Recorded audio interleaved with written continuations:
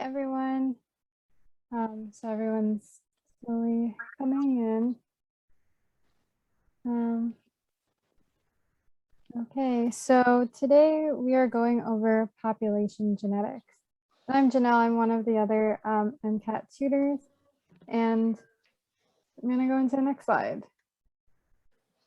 So just before we go through the whole presentation, this is just a reminder that we have been doing at the start of all of our lectures, which is the consent to audio or video recording release.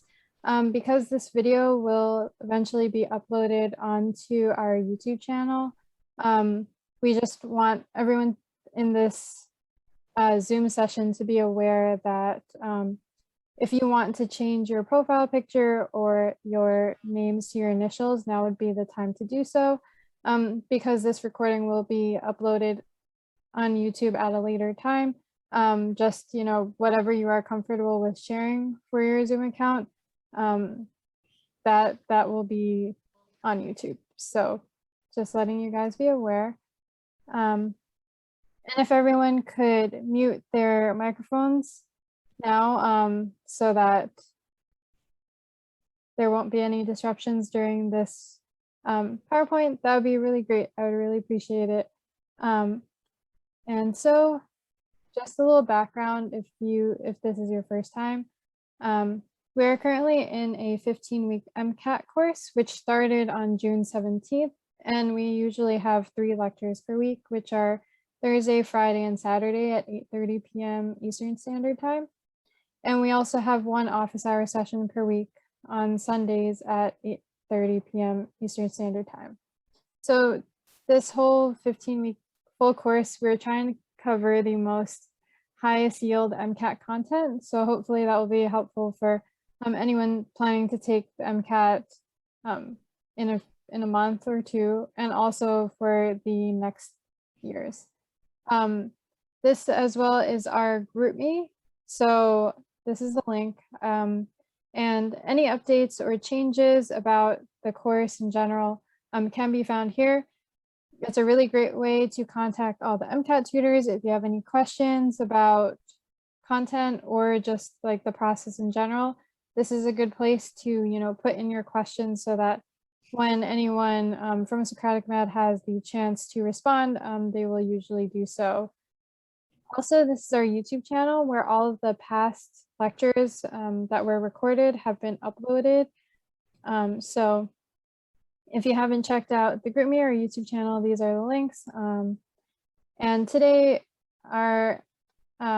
we have Chris, who will also be helping to answer any questions in the chat. And yeah, if you guys have any questions, I would encourage you to try to keep it to when we go into the question portions. But if you do have a question, just type it in the chat and Chris will try to get to it as soon as possible. And if Chris doesn't get to it, then I can go over it once we reach those question areas. Okay, with that, if everyone can just mute their mics, and then I'm just going to go on. So today our learning objectives are to review fundamental concepts of genetics, also to review Mendel's first and second laws, also to review crosses and the outcomes of offsprings from different types of crosses.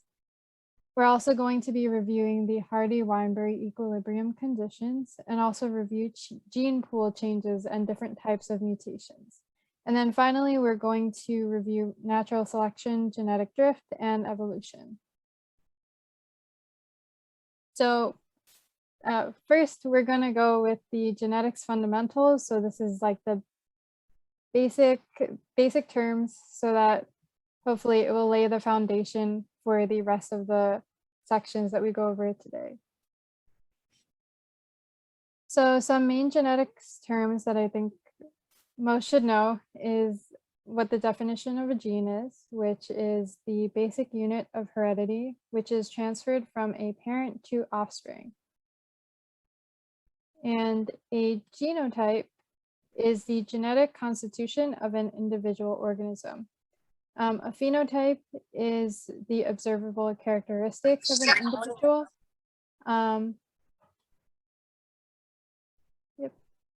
The phenotype is what you see. So like genotype is really what I guess distinguishes each organism from each other. But phenotype, sometimes the phenotype does not necessarily, I guess, the exact genotype is not exactly always expressed in a sense on the phenotype, just because, there are some cases where there are dominant alleles, and in which case those dominant alleles will be seen when you are observing the traits of an individual, and they won't see some certain aspects like a recessive allele that's in it. And so speaking of dominant allele and recessive alleles, dominant alleles are an allele that masks the other allele in an organism.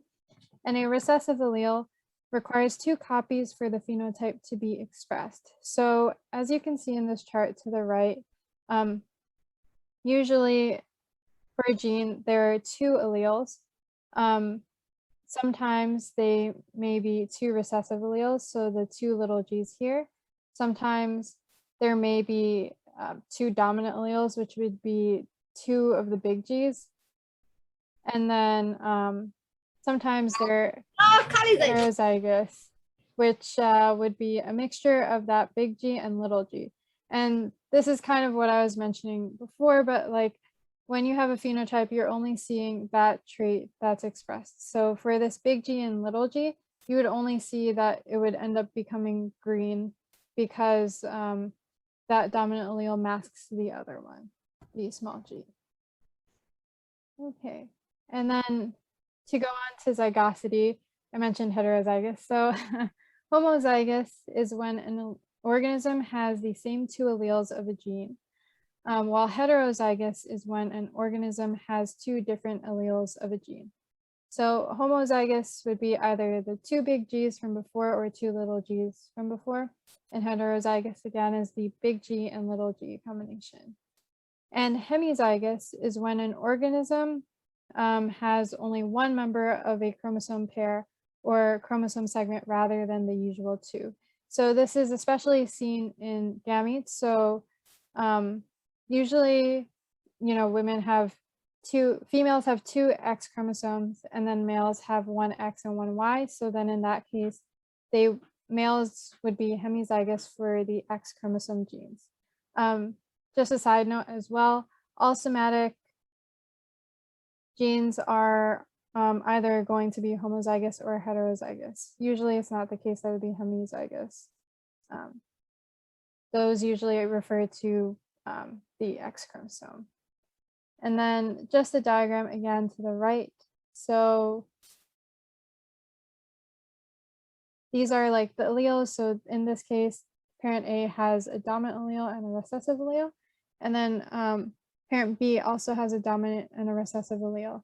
And it just goes to show here that, when one parent contributes a dominant one and another contributes a dominant one, you have different phenotypes based on the different combinations of the individual alleles.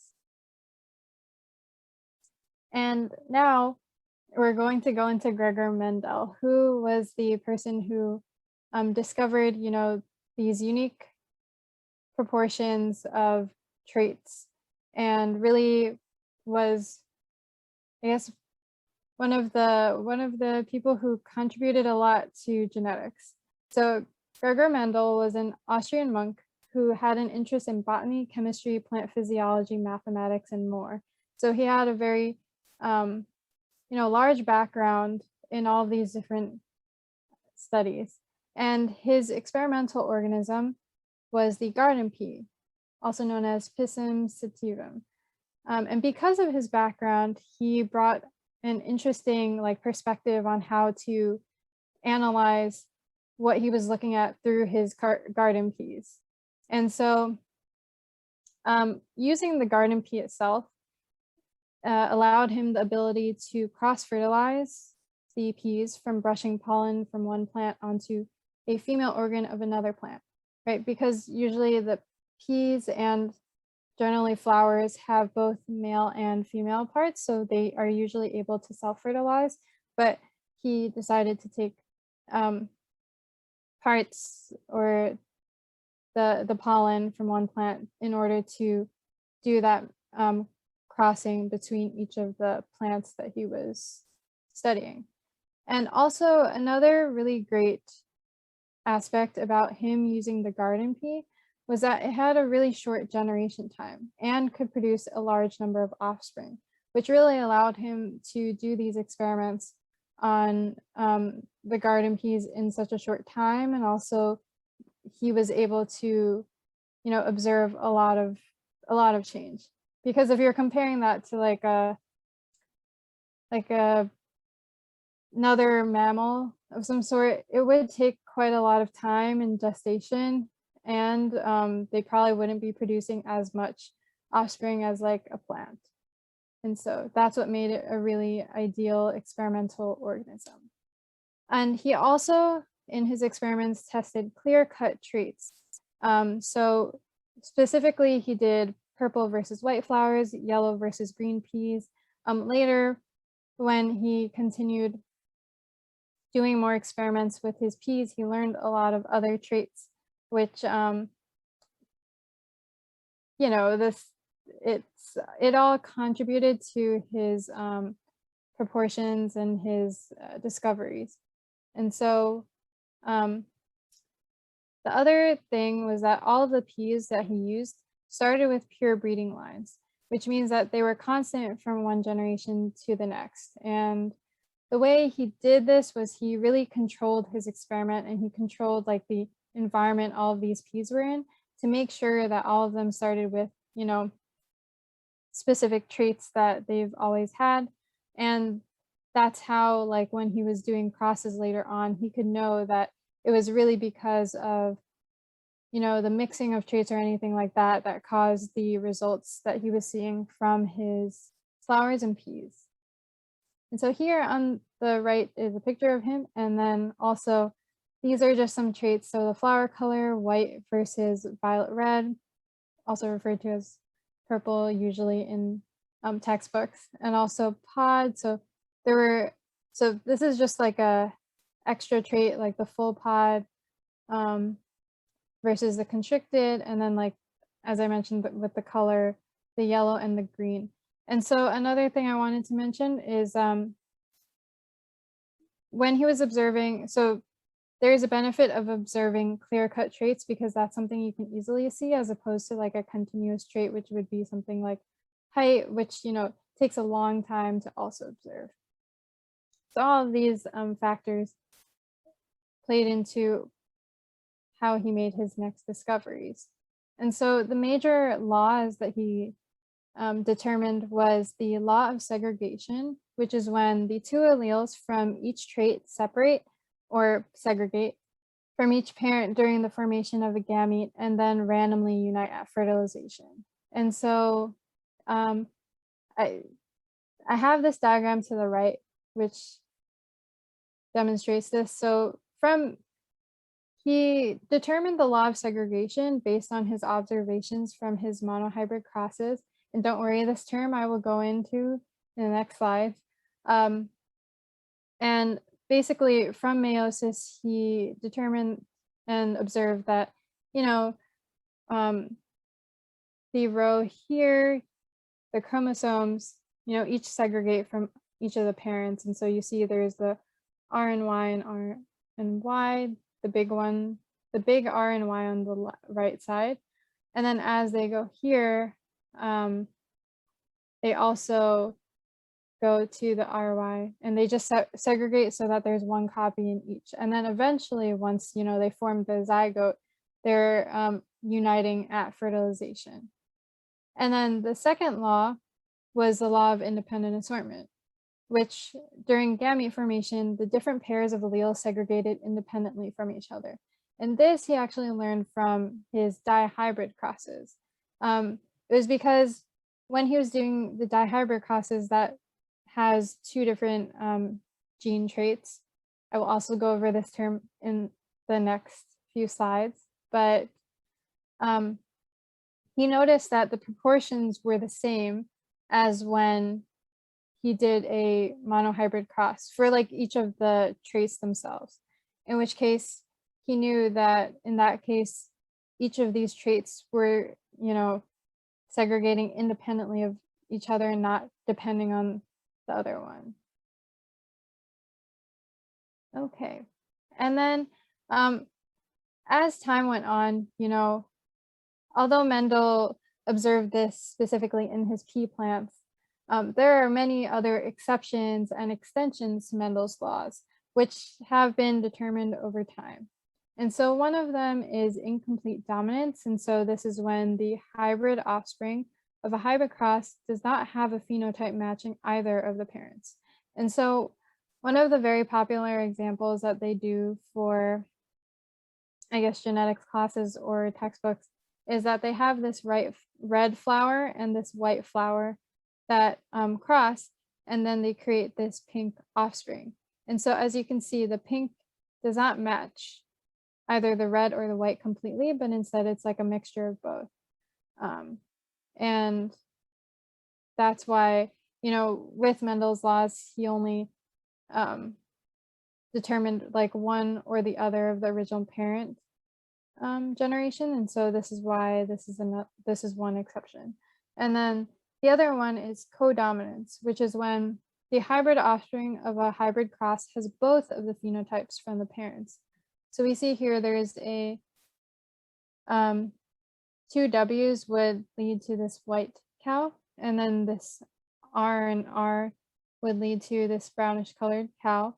And then once you, cross each of them, you see that both the white and the brown are displayed on the cow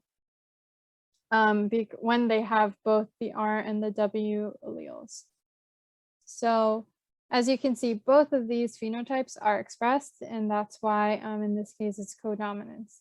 I think another popular example used in textbooks is the spotted and dotted lentils.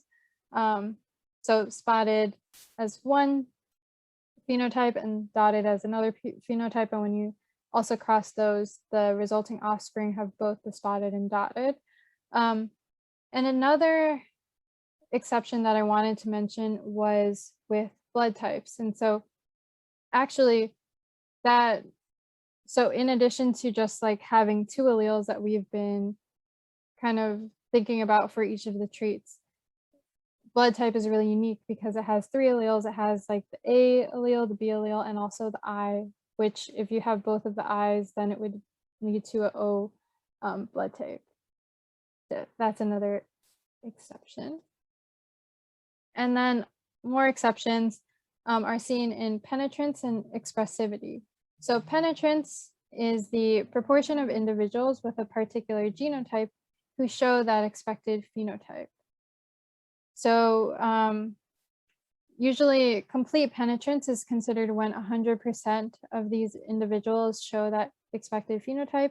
It's incomplete when you're expecting the phenotype and less than 100% are showing that phenotype. And that example I was showing on the left bottom diagram here. So, the big C crossed with the little c and the little c. All of the offsprings here we know is the big C, little c. And we see that they're all supposed to express this gradient color. Now, we see that 4 of them do and 1 of them don't. And in this case, this shows incomplete penetrance because the phenotypic trait did not get expressed in all of the offspring. And then the second term is expressivity, which is the degree or intensity with which a particular genotype is expressed in a phenotype. So a popular example is with retinoblastoma. Some individuals have it affecting one eye, some have both, some don't have it affecting any eyes. So it's really like variable as to how the phenotype is expressed. And so this example I was showing in the bottom right-hand corner where we see here the big C's and the little c's again, and all of the offspring have the same phenotype. sorry, not phenotype, the same genotype. But as you can see, they have variable phenotypes. So they have this original darker gradient to lighter gradient. And here, and also like the darker gradient is more than halfway of the original oval. For here, you see it's pretty much similar to the parent, but as you keep going to each of these different offspring, it becomes less and less and less. So really, it's sometimes you cannot predict the expressivity of a certain phenotype.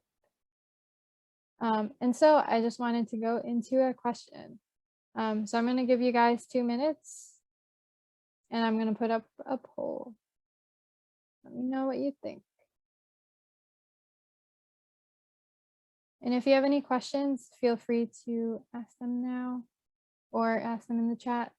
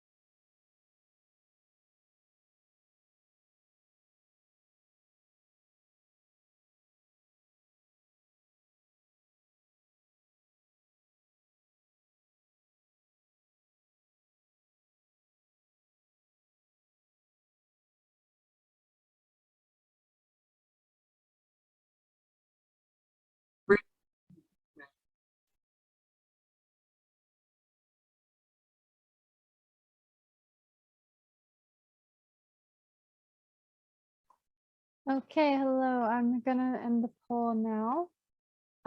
So let me share the results so everyone can see it. So we have here 20% saying A, 40% saying B, and 40% saying C.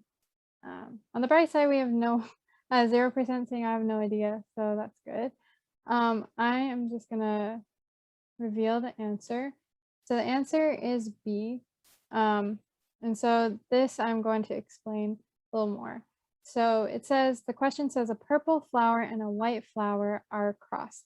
The offspring are a mixture of purple, white, and lavender. Each of these offspring have the same genotypes within their color groups, but different genotypes between color groups. Based on this information, which of the following terms best explains how the lavender flowers arose? And so, as we know, so we have 3 colors, purple, white, and lavender. And so the question says each of the offspring have the same genotypes within their color groups. So all of the purple should have the same genotype, all of the white should have the same genotype, and all of the lavender should have the same genotype, but different genotypes between color groups. So that means purple, white, and lavender each have different genotypes across each other, right? And so we're trying to figure out how the lavender flowers arose. And as you can kind of see, purple and white, when those two mix, they kind of create a lighter purple. And so that's how we result in that lavender color.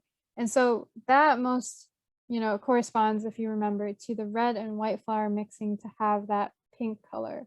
But also because incomplete dominance, it shows that, or the lavender genotype should have a mixture of like the purple and white alleles. And so having those two alleles mixed and not having a trait that's either one of them completely denotes here incomplete dominance.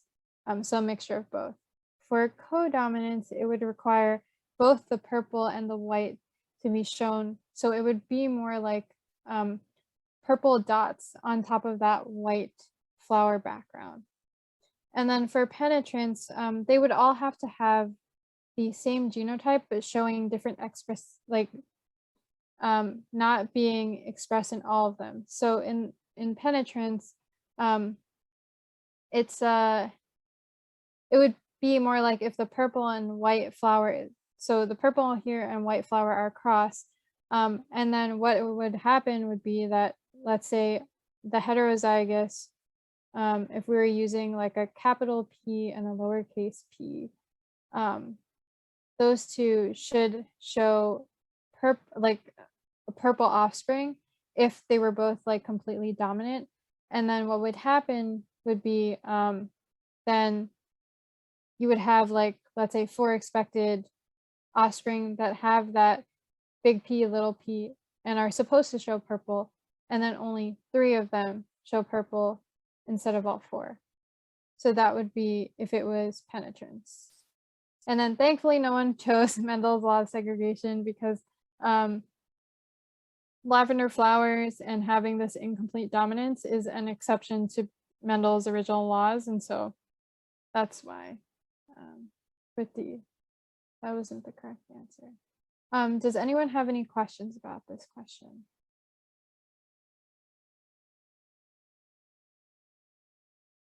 You can put in the chat, or you can unmute at this time.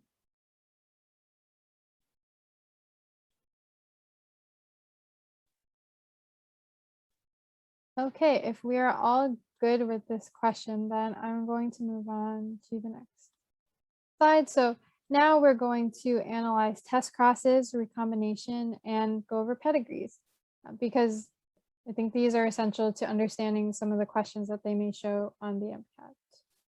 So the types of crosses and the types of generations that they might say in the actual questions are, so as I referred to earlier, a monohybrid cross is when there are 2 heterozygotes crossing for the same, like the same trait.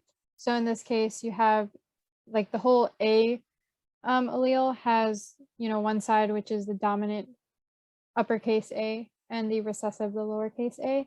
And whenever it has like whenever it has hybrid, that's always like with a heterozygous trait. And so you have the big A, little a crossing with another big A, little a. Now for a dihybrid cross, that's when for 2 traits, so two traits, they're both heterozygous. So here we have A and B being 2 different traits, and we have a big A, little a, and big B, little b crossing with a big A, little a, and big B, little b. And then for test crosses, so this may be mentioned a lot in questions, is when you have one organism for a certain trait crossed with the recessive version of that trait. And the main reason they do test crosses is really to determine the actual genotype of the original organism. So sometimes, the phenotype may not necessarily express like the full genotype, in the sense that if it's a heterozygote, you're only going to be seeing the dominant trait and not the recessive. So like if you have two big A's here, let's say, then, and you cross it with the recessive alleles, then all of the offspring should show that big A trait. But in the situation where you have a heterozygote, so a big A, little a, and you cross it with the two little a's, then you're going to see a mixture of both like the dominant A and the little a's. So that's how usually researchers determine like what that original organism's traits are like, especially if they don't have any information about that.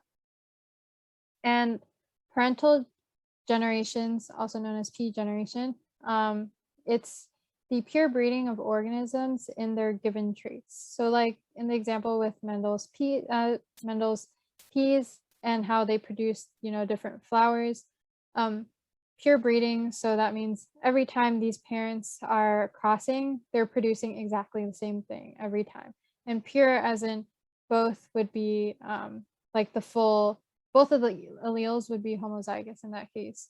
So like for the purple flowers, all of them would have two uppercase P's, and for all of the white flowers, both would have two lowercase P's. And then from the parental generation, we get to the first filial generation, or the F1 generation, which is the generation after the first cross when parents produce their first offspring. So this F1 generation is a result of the parental generation. And then we also have a second filial F2 generation, which is the generation after that F1 generation crosses with each other, and when the F1 generation produces their offspring.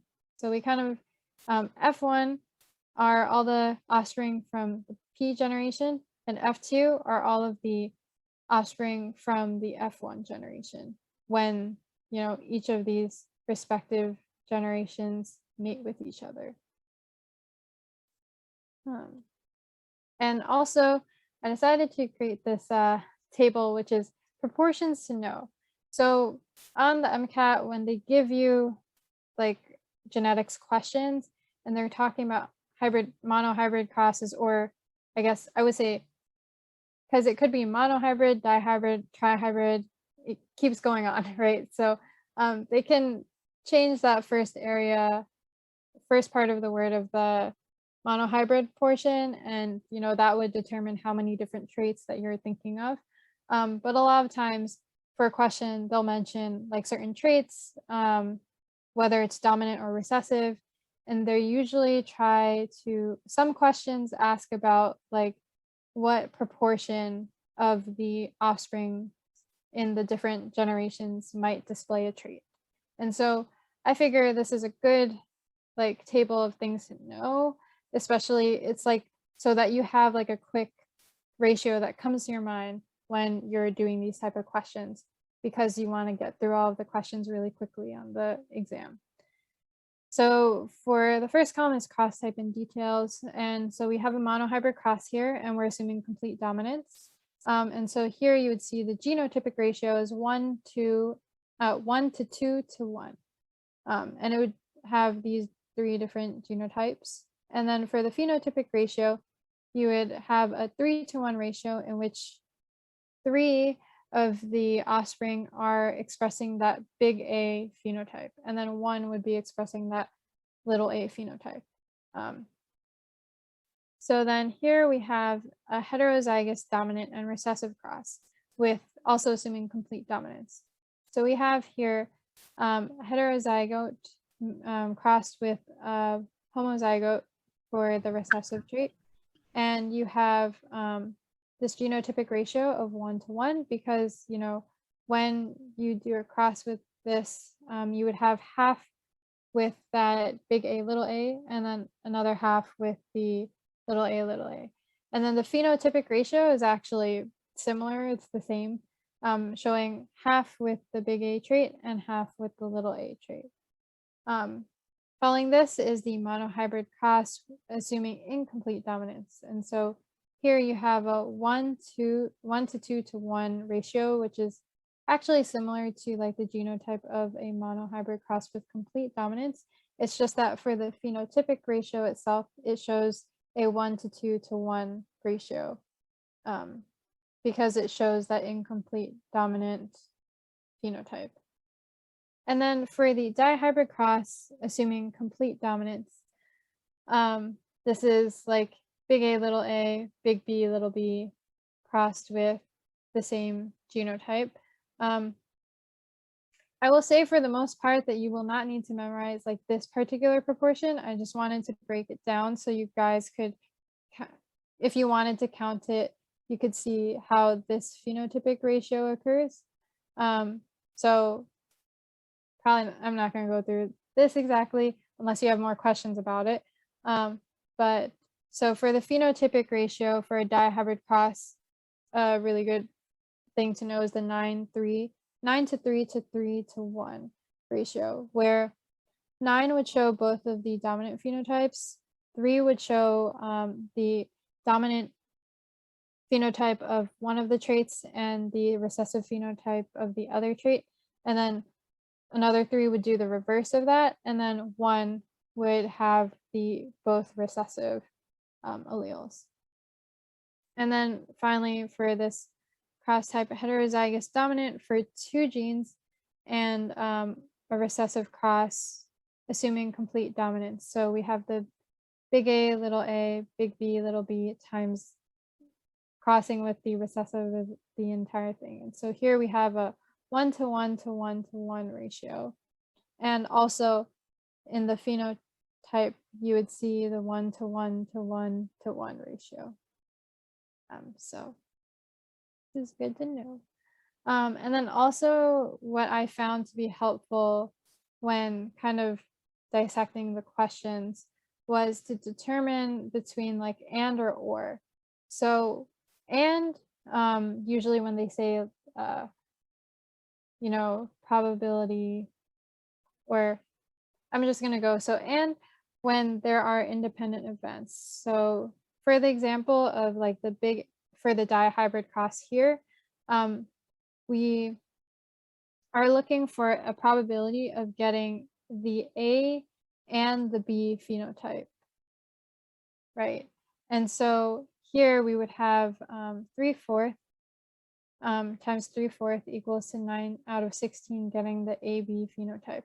And this is based on the proportions that we kind of just went over before. So as you know, when you have like a monohybrid cross, you have that 3 to 1 ratio of 3 of them showing the dominant trait and 1 of them showing the recessive trait.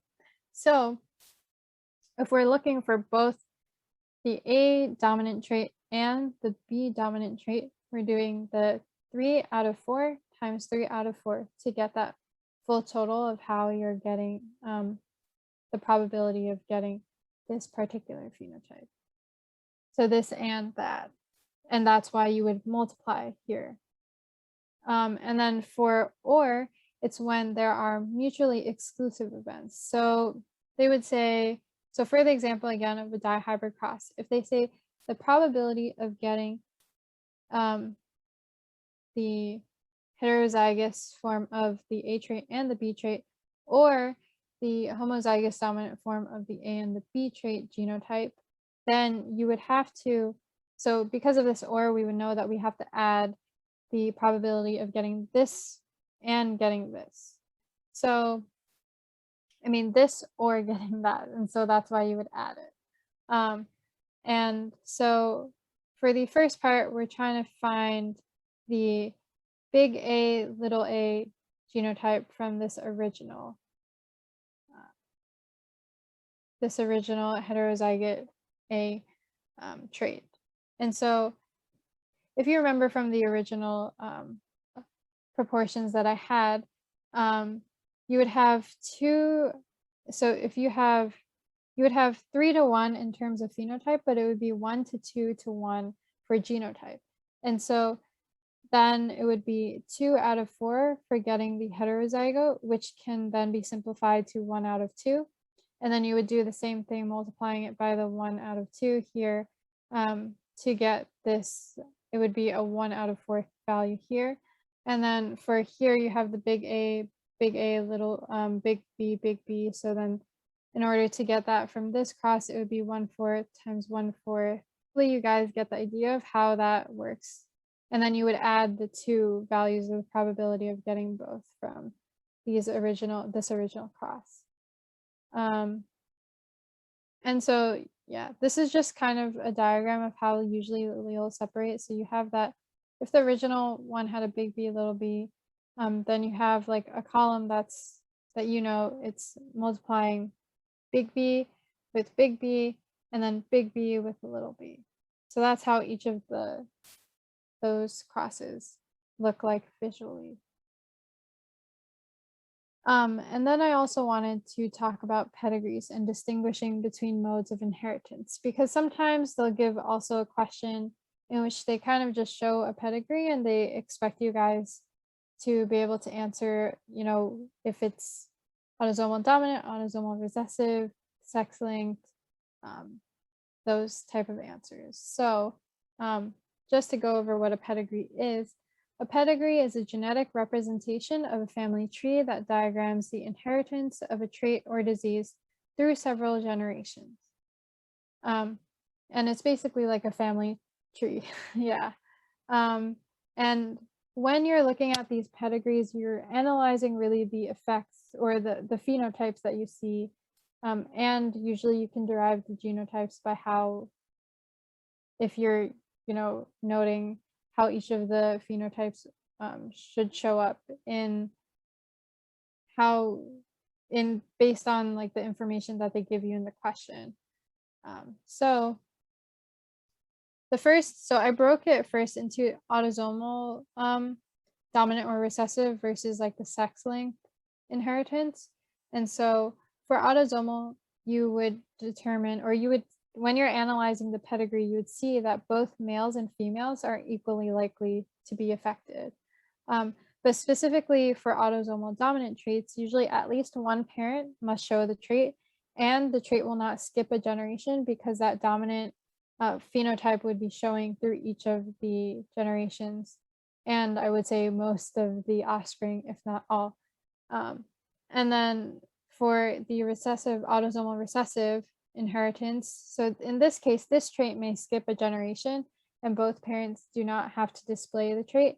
So, how sometimes you would have like two, it could be a family member who is like homozygote of the dominant trait and then heterozygote of the same trait.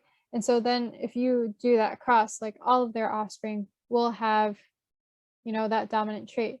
But then if you have a heterozygote offspring from that cross, crossing with like another heterozygote of some sort, then you would suddenly see like there's a 1/4 chance that that trait may come up, but you might see that recessive trait suddenly come up from the two parents not seemingly being originally affected.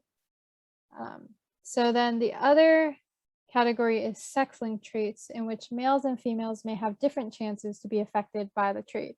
So one of these is X-linked dominant trait. And so, as I mentioned earlier, so females have 2 X chromosomes and males have 1 X chromosome. And so here, all female offspring, so one tip is that all female offspring from an affected father will display the trait, right? Because from a father and a mother, all female offspring have 1 X chromosome from their father and 1 X chromosome from their mother. So if the child has an affected father and the trait is X-linked dominant, then you know that that specific X chromosome that she is getting from her father is that dominant one, and no matter what X chromosome she gets from her mother, she will display that trait that her father has if he expresses it.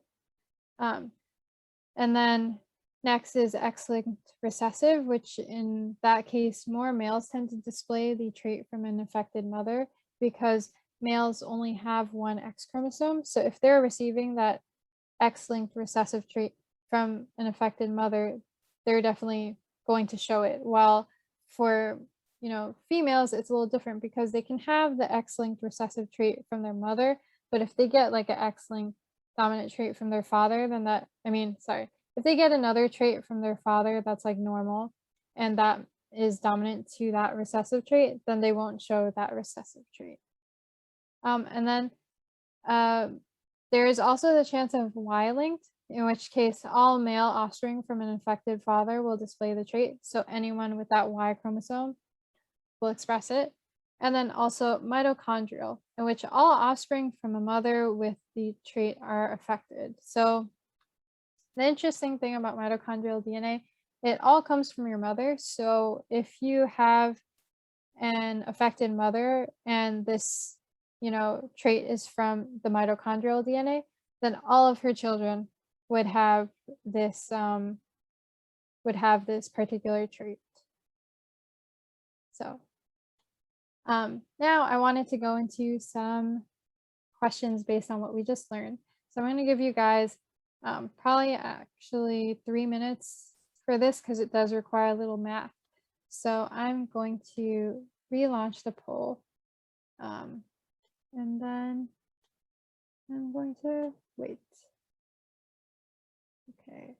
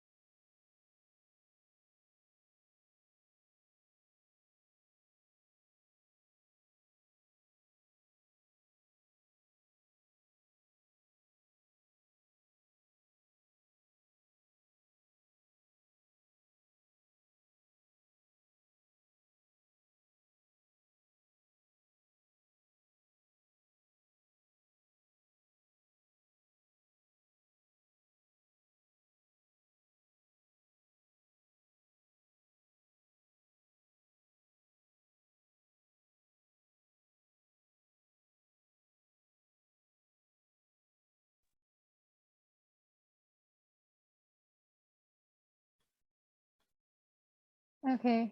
So it's been 3 minutes. Quick question. Do you guys need a little bit more time to work on this one? Or I guess are you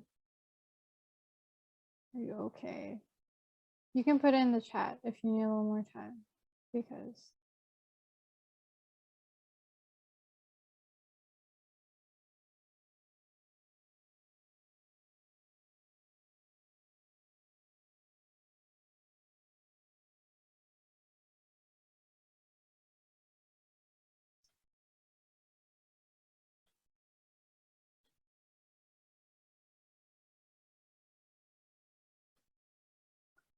Okay, well, I guess in that case, I'm going to end the poll now, and then share the results. So let me resume. Well, actually, so first we have 67% saying A and 33% saying C. So I'm just going to resume share here. So while you guys are doing the question, I also kind of did it here. And oh wait, sorry. The answer should, wait, hold on. The answer is, oops here. The answer here was C based on my original calculation. I think I must have did a minor thing here, which was, so, well, first for the question itself, right? We are trying to determine so the question says, in a flower, purple is dominant to white, in which case purple is the big A here and white is the little a. And tall B is tall, which is big B, is dominant to short, which is little b. And so first we know that we have a heterozygous purple and tall plant that is crossed with a white and short flower. So we're looking at what is the chance that the offspring will be tall and have white flowers. So first we want to figure out the original genotypes of the original parent plants. So we have a heterozygous purple and tall plant. So that's why you have big A little a and big B little b crossed with a white and short flower. And so we know that white is recessive, so you need two of them to be shown. And short is also recessive, so you need two of them to be shown. And we're asking, what is the chance that the offspring will be tall and have white flowers? So in order to be tall, you can just have like big B with something else. Like it could be either big B or big B little b, and having white flowers, which in this case, you know that having white flowers has to be little a little a. And so when you cross these two, so when you cross the big A little a with the little a, there is a 1-to-1 ratio, which I showed in that proportions chart. And so that's why you get 1/2 chance of first getting this this little a. And then the next part we want to determine is what is the chance that you would have tall. So from this, actually, because there is no another big B somewhere else, you would do the big B times the little b, and actually it would be like the same cross as before. So then you would have that 1/2. And then that's how you get that 1/4. Apologies for that earlier mistake. It was because it wasn't a monohybrid cross, but it was actually a heterozygous crossed with the recessive. So that's how you get to that final answer of 1/4. Does anyone have any questions about this?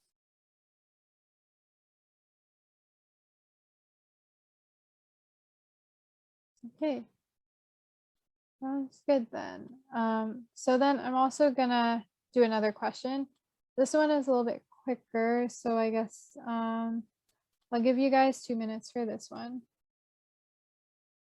And yes, I'm gonna erase this in the meantime.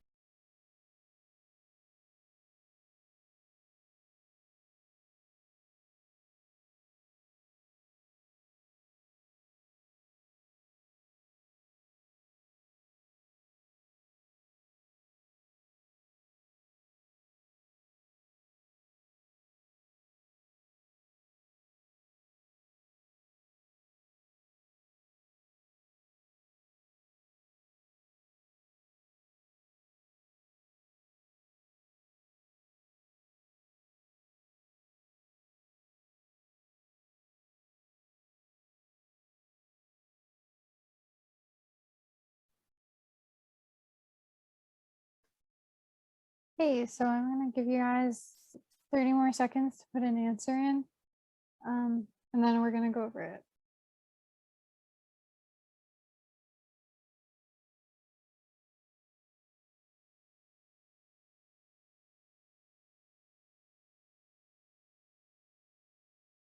You want to get your last answers in?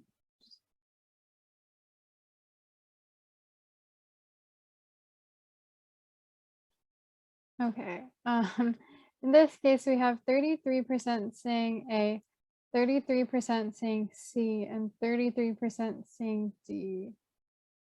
So this is a little bit interesting. The answer is actually B, and I will go over why this is the case. So as I mentioned, sometimes on the MCAT, you will get a pedigree shown to you, and it will ask, what mode of inheritance is this condition? So we see here first that you have a father that's affected and a mother that is not. And then you go here and you see that one of the children are affected, while 3 of them are normal, right? So first of all, one thing that we can cross out now is Y length. The reason why is because if the father had it on the Y chromosome, then he would not only give this trait to his son, his one son here on the left side, but also would give it to the one son on this right side in between the 2 daughters. So I'm going to backtrack a little bit just to debrief on like how to read a pedigree. So here you'll see usually squares represent males and circles represent females. And so this line in between them usually means that those two are mated or like they crossed in order to produce like these next offsprings. So all of the ones coming from this joined center line here are all their children. And then all of these, like, so this square here and this circle here on the left and the right are both like unrelated individuals that also mated with this child to produce like this other offspring.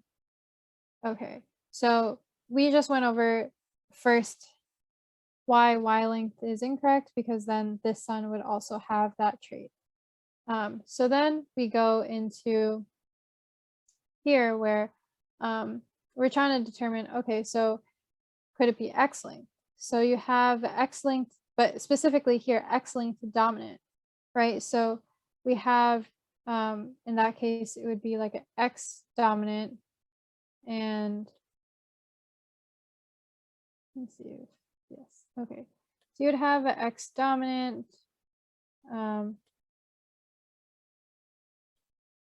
and a Y.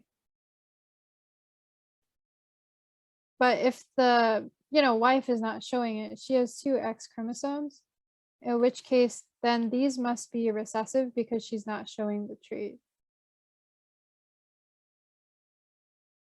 So big A and little a. And so if they have a daughter, then this daughter would also have to show the trait if it was an X-linked dominant trait, because you would have the X, the big A,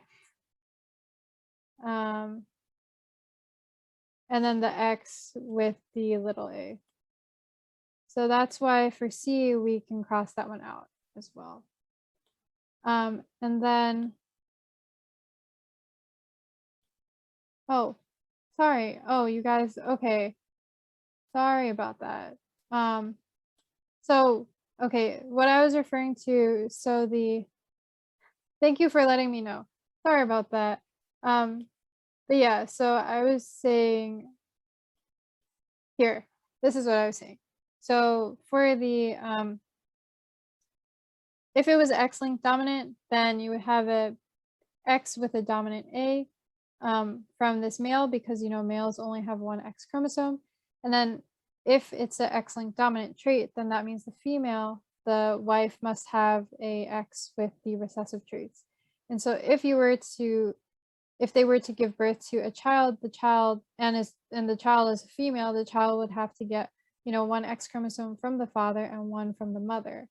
In which case she would be receiving a X-linked dominant trait. And so she would actually have to show that trait as well, if it was an X-linked dominant trait. And so that's why C is incorrect. And since you guys couldn't see my screen before, yeah, so these lines represent mating. If it goes down from here, these are offspring. And anyone coming outside of this tree are just like outside people that are mating with the child to produce more children. The reason why it wasn't Y-linked was because this son here doesn't have the trait that the father would have. Because the Y is always inherited, well, the son's Y chromosome is always inherited from their father. Okay. And then in terms of autosomal dominant, so autosomal dominant versus autosomal recessive. So kind of like what I mentioned earlier is if, this was an autosomal dominant trait, so the person could be, I put a line here, it could be big A, or big A, little a. And in that case, then this wife would have to be little a, little a. And so, there could be the chance that there is, I mean, technically the proportions is half-half, but there is a chance, so it's half-half for each of them. I mean, half of getting the dominant and half of getting the recessive. So, I mean, it's completely possible based on like how the proportions go that only this one son gets it and the 3 other children don't. But here's the thing, is that suddenly there's this trait that pops up out of nowhere, right? Because if it was an autosomal dominant trait, then that means that this child should have gotten that autosomal dominant allele, that dominant allele from either the mom or the father, in which case both of them don't have it, so then it couldn't be an autosomal dominant trait. And then finally, why it's autosomal recessive is so we eliminated all 3 other ones. So autosomal recessive, if in this case, this parent is 2 recessive, and so this mom can either be, heterozygote or homozygote for that dominant trait. I mean, the dominant normal, because this trait is recessive, autosomal recessive. And so here, right, this child could come up because in the event that this mother had this heterozygote trait for that allele. And so if you have like, 2 recessives here, again, the mom for this child could be both. And so there is a possibility that this normal child could arise. Also, it is completely possible that normal children could arise from this cross. So that's why these are fine. And then in the event that, this is a normal child coming from this cross, that normal child is going to have to be a heterozygote because you are getting, and because this child is normal. So that means that somehow she's getting a dominant trait from the mom because the mom is normal. And then the other allele has to be a little a allele for that recessive trait. And then once you mate, you suddenly see that there is this kid who has this recessive trait.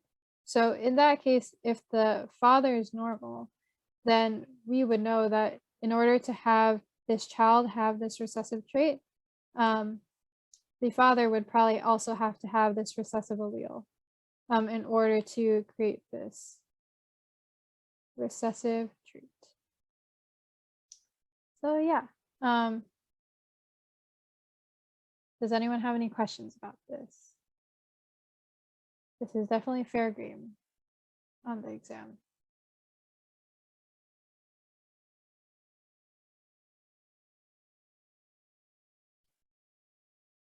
Okay, if not, then I'm gonna go on to the next part. So we're gonna go into now population genetics, which is also tested quite a bit. And the main thing to mention is the Hardy-Weinberg equilibrium. So population genetics is a field of biology that studies the genetic composition of biological populations and also the changes in genetic composition that result from the operation of various factors, which also includes natural selection. But for the Hardy-Weinberg, so that was the general field of population genetics. But for Hardy-Weinberg equilibrium, it really focuses on that, like, genetic variation will remain constant. So here I say here a principle stating that the genetic variation in a population will remain constant from one generation to the next in the absence of evolutionary influences.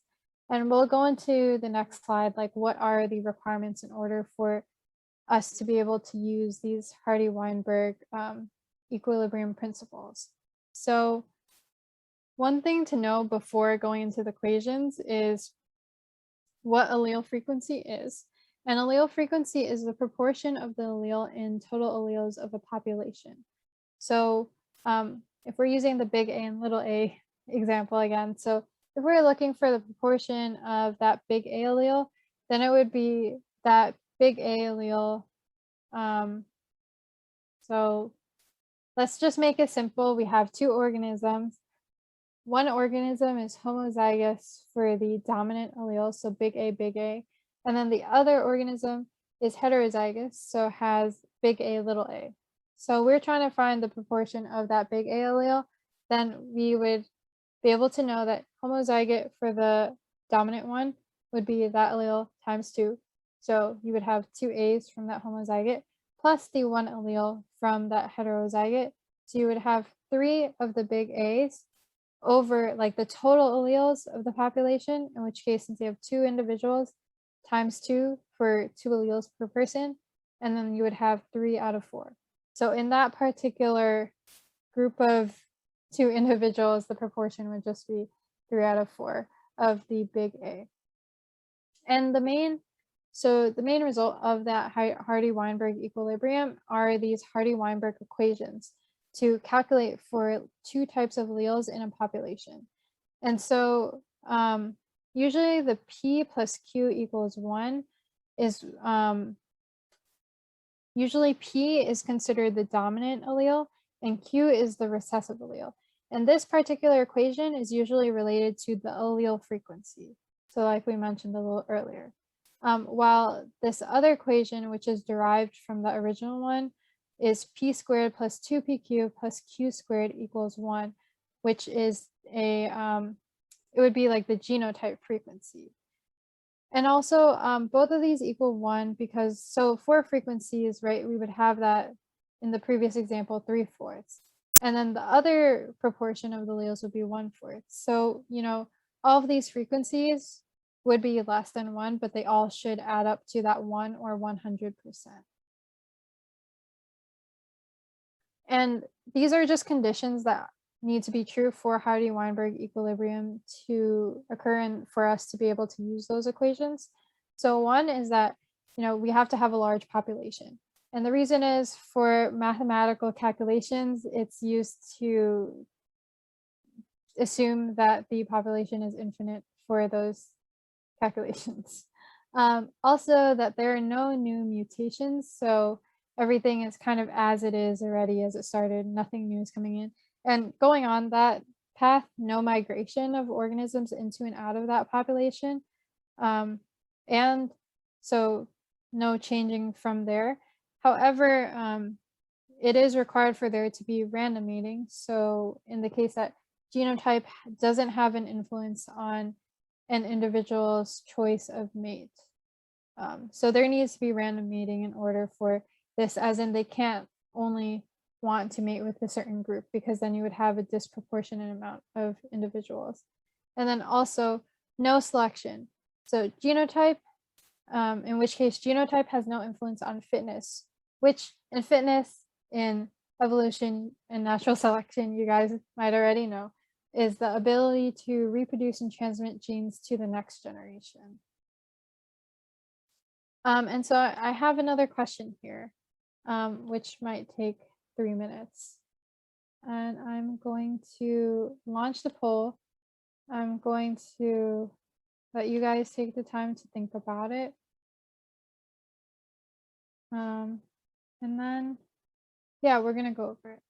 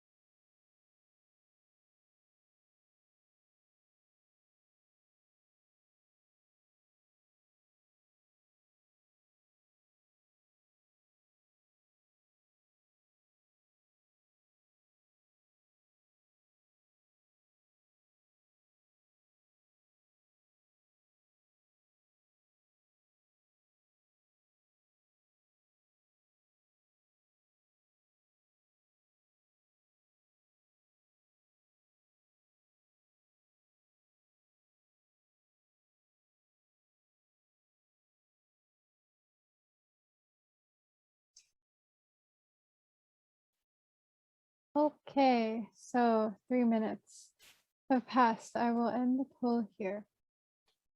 So sharing the results here, we have 33% saying A, we have 33% saying D, and we have 33% saying I have no idea. Okay, so you can understand this is a little bit complicated.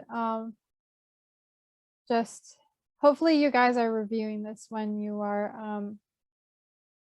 studying for the biology portion. But here, I've kind of laid out a little bit of the math of what we're supposed to I'll try to do. So let me just, so the answer is A, 0.64. And let me just go back a slide so that this math is seen. But here, the question says, you know, there is a ladybug population in which 16% of the ladybugs has a homozygous dominant genotype. Red is dominant to black. So that means that this dominant is, so this AA would be, you know, red because this is the dominant denotion. Usually for like recessive, it's always lowercase. So here, you know, dominant, red is dominant to black. How 0. Okay, see, I will definitely get to this. So, assuming complete dominance and Hardy-Weinberg equilibrium criteria met, what is the frequency of ladybugs that display the red phenotype? Right, so we know that red is that dominant phenotype. And so here we have 16% have the AA genotype. And so here we know that 16% have to be, you know, this AA genotype. And going back to the, sorry, I'm looking for, yes, the pen. So going back to the second Hardy-Weinberg equilibrium equation that was related to genotype frequency, this p squared is referred to, is associated with that AA frequency. This 2pq is related to that heterozygote frequency, and the q squared is related to the homozygous recessive frequency.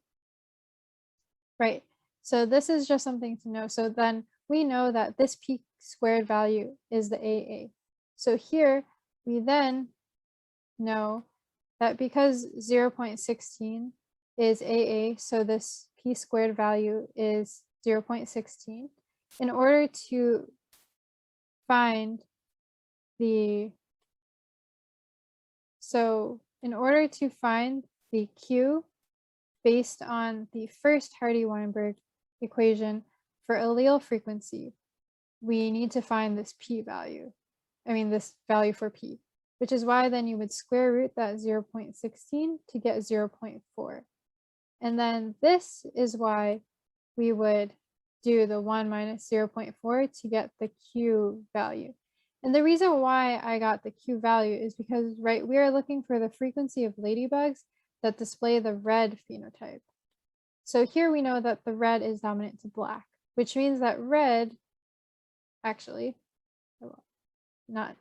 don't look at that part anymore, but here, red would be any of these genotypes, right? Because that dominant phenotype is going to be shown as long as you have one copy of that dominant allele. However, we know that if we look for the black ladybugs, we can just subtract that from the original one, this one. If we just subtract this one minus the allele frequency, the genotype frequency of this recessive, then we can find all of the ones that have this, you know, dominant red phenotype. So this is why I decided to look for Q instead. And so for Q, we know it's 0.6. And then when you square Q, you get 0.36, right? But this is the frequency of just that. So in order to find the reds, we would have to do 1 minus 0.36. And then that's how you would get the 0.64. So hopefully, does that make sense to everyone?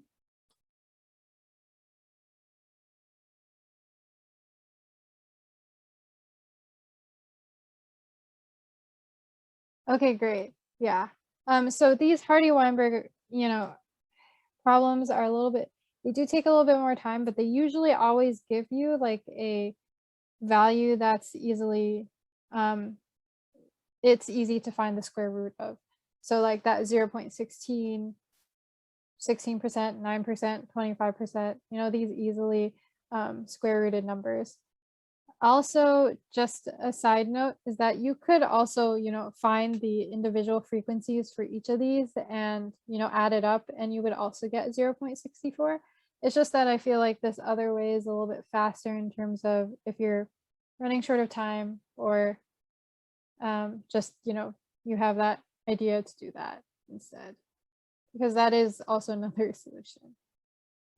Okay, so with that, I'm going to go on to the next part, which is gene pool changes. So we know that for the Hardy-Weinberg equilibrium, we're trying not to change anything, but these are kind of going more in depth into each of these little things that each of these different factors that would not allow you to be able to use those Hardy-Weinberg equilibrium equations or, follow the idea of Hardy-Weinberg equilibrium. So one is mutations, broadly mutations, but this slide is particularly point mutations. So silent mutations, which is the change of a single DNA nucleotide that does not change the amino acid. So over here we have the first column, which is the original amino acid. And here in the silent mutation, although we change this C to a T, it's still producing the lysine. So it's silent as in it's not really changing that amino acid. Then there's nonsense, which is a change of a single DNA nucleotide that changes the original amino acid into a stop codon. So here we see that, this nucleotide was changed to a U and then suddenly it became a stop codon, which completely stopped, that chain so that it probably cut short. And so whenever it has like a stop codon, you guys should probably know like the 3 stop codons by now, because of all your studying or even in undergrad taking like bio or chemistry classes. But that is a nonsense mutation. And then missense is when there's a change of a single DNA nucleotide that changes the amino acid. So for this portion, we see that, that middle T is eventually changed to a C, and this creates an arginine instead of the lysine that was originally there. So there is this conservative versus non-conservative in the sense of like the fact that, both of these are the same type of like charged amino acid, and then this kind of changes it to a different group. So that's like something else to note, but in general, missense just changes that original amino acid. And then also there are frame shift mutations. So insertions, when DNA nucleotides are added to the original DNA nucleotide sequence, and deletions when DNA nucleotides are removed from the original DNA nucleotide sequence. So both of these affect the final amino acid sequence because it really like changes that how the amino acids are eventually like translated from the mRNA, which is from that DNA. So many times when there are frame shift mutations, it usually causes a change that causes like a stop codon, and that is what cuts the protein short instead. So that tends to be a very common effect. And then going on, there are also chromosomal mutations, so on the level of the chromosome. So here I have the diagrams on the right. So first, there are insertions and deletions kind of similar to the, nucleotide sequence level, like you're adding and deleting certain things from the chromosome itself. So it's kind of like a similar idea in the sense. And then on top of that, there are inversions. So when a chromosomal segment breaks off and reattaches in the opposite direction. So inversion, you see here, you have that like one piece and then like the 2 pieces there, and it inverts so that those 2 pieces are actually on the original area where that 1 piece was, and then there's that 1 piece. And then duplication is when a chromosomal segment is copied 1 or multiple times in the chromosomal region. So here we have that it got duplicated twice, so it got copied twice.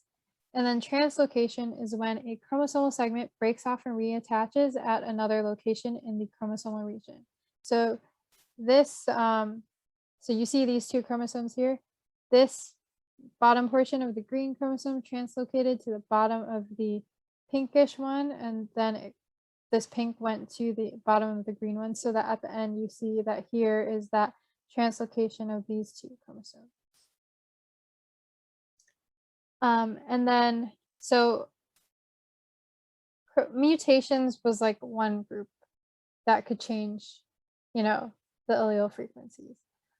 But then the other aspect is genetic drift, which is the change in allele frequencies because of a sampling error from one generation to the next.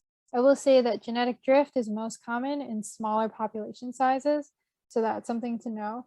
And then under that like umbrella of genetic drift is, you know, genetic leakage, which that case is when there are unviable offspring or the organisms can't reproduce to give rise to their next generation. So that, you know, changes that allele frequency, because then suddenly a whole group of offspring are just, you know, taken out. Also, there is the founder effect, which is when few individuals separate from a larger population and create a new population that's isolated from the previous one. So if you imagine like a whole population of deer or something, and let's say you have equal brown and tan deer, and then like all the brown deer decide to move away or something, like 3 of them move away, and then they are in this new population with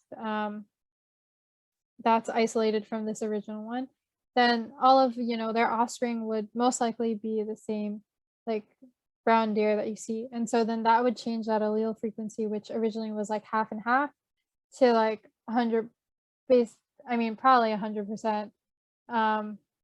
Or depending on if it's heterozygous, actually, then we're looking for probably like a 75 to 80% of that brown phenotype instead. And then population bottlenecks are when a large proportion of individuals perish from environmental disturbances, diseases, etc. So this is an example of like the bottleneck idea, where you have that original population and then there's that bottlenecking, and then the surviving population is a really small subset. So it's kind of like another version of like, I mean, the effect is like a similar effect as the founder effect, because you are then having the smaller population that mates with themselves. And so they end up producing offspring that's more similar to them. But yeah, like environmental disturbances, hurricanes, tornadoes, you name it, all these different things that could cause a whole population or a decent amount of a population to pass away, or like disease. In this case, maybe an environmental disturbance for these beetles, or if someone like steps on them, and then there's only this small amount of the population left. And then the final group of ideas is like natural selection, which, as you guys might know already, is the basic definition would be the survival of the fittest. So there are 3 main types of selections that they go over usually.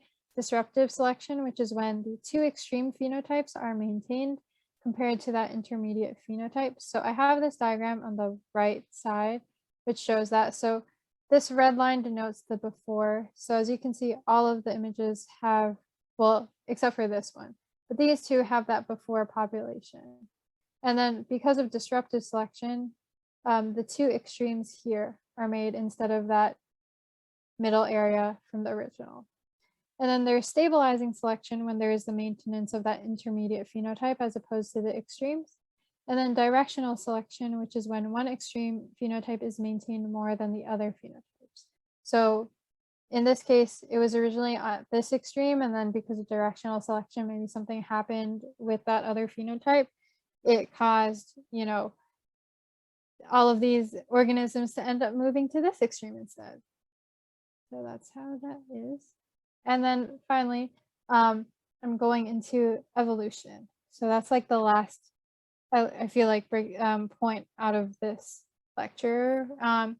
in which evolution is the change in the heritable characteristics of a biological population over successive generations. So the main three that they like to go over, I think, in most of the review books is divergent evolution, which is when two species evolve and develop differences from a common ancestor. And so here on the right upper part, I have that visual of like divergent populations. Here we go to that S and the T, even though the ancestor is, well, these two should be connected in a sense. One moment. But these two should be connected, so they're diverging into these two different species. And then usually they also have homologous features in which they share a unique physical feature. I would say most of the times, even though they share this original like backbone of how this feature looks, they tend to be they tend to have like a different feature when it's considered like a homologous feature. So that's something to know.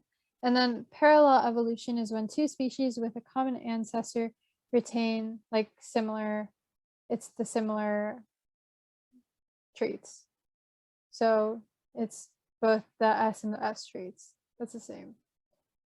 And then for convergent evolution, it's when two species without a common ancestor develop similar characteristics. So these two different ancestors, but they still create that similar characteristic, most likely because of the environments that they're in. And this kind of goes into like analogous features, which they evolved, these features evolved independently because the organisms lived in similar environments.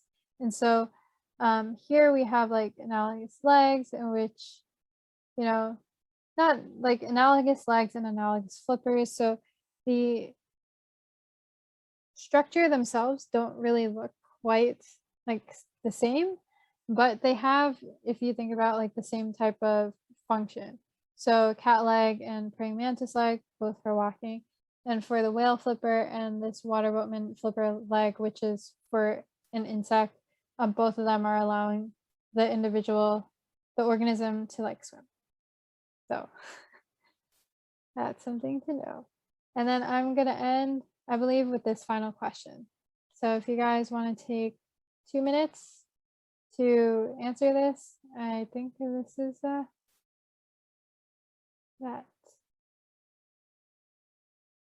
Okay.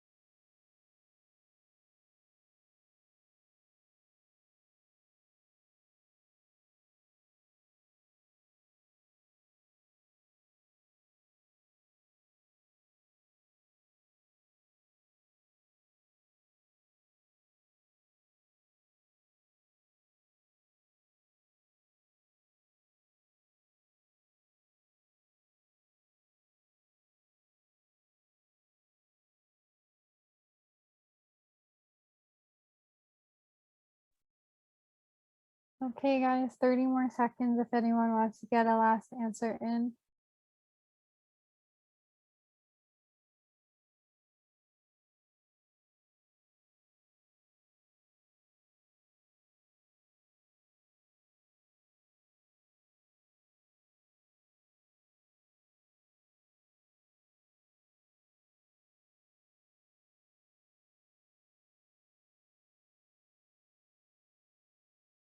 Okay, with that, we have 100% saying choice C.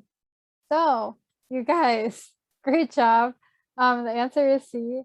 I guess this is pretty self-explanatory. All of you guys got it, but for anyone else who was just curious, so the question says a mutation caused rabbits to have a faster reflex to sense danger. After several generations, there was a greater proportion of the population of rabbits that inherited this faster reflex. Why was this the case? So, with choice A, the mutation was more prevalent because of genetic drift. Here, it doesn't mention anything causing genetic drift, so that's why this answer is incorrect. Also, mutations are, so basically it just doesn't say here, because it's just saying after several generations, there was this greater proportion. They're not saying that the generations were changed in any way. Next for B, other rabbits learned how to develop this faster reflex by watching rabbits with the mutation. So although, they might learn this skill, really, we see in this question that there was a greater proportion of the population that inherited this reflex. So they would have had to inherit this mutation from their previous parents, which in that case, it wouldn't only necessarily be like learning. And I feel like in that sense, learning the reflex doesn't necessarily show that you have this mutation. And then for D, the mutation was not able to be passed down from one generation to the next. If it wasn't able to be passed down from each of the generations, then their offspring wouldn't be able to inherit it. And so then there wouldn't be a greater proportion that had this faster reflex. So that's why D is incorrect. And so that's why C, rabbits with this mutation are more likely to reproduce and survive compared to those that do not have this mutation. I think this is a common answer for a lot of those evolution questions that you may see. But yes, so because they're able to continue reproducing and surviving, then they're able to create more of these rabbits that have this faster reflex from the mutation. And so with that, thank you all for staying today until this time. And, office hours are every Sunday from 8:30 to 10:30 p.m. Eastern Standard Time. If you have any questions about this or any other topics, I'm going to try to get this PowerPoint to you, if not tonight, probably tomorrow, early in the morning. And if you don't find them in the next, or after, if you don't find the PowerPoint and recording after Sunday, please message the group me, and then I will make sure to send that to you guys.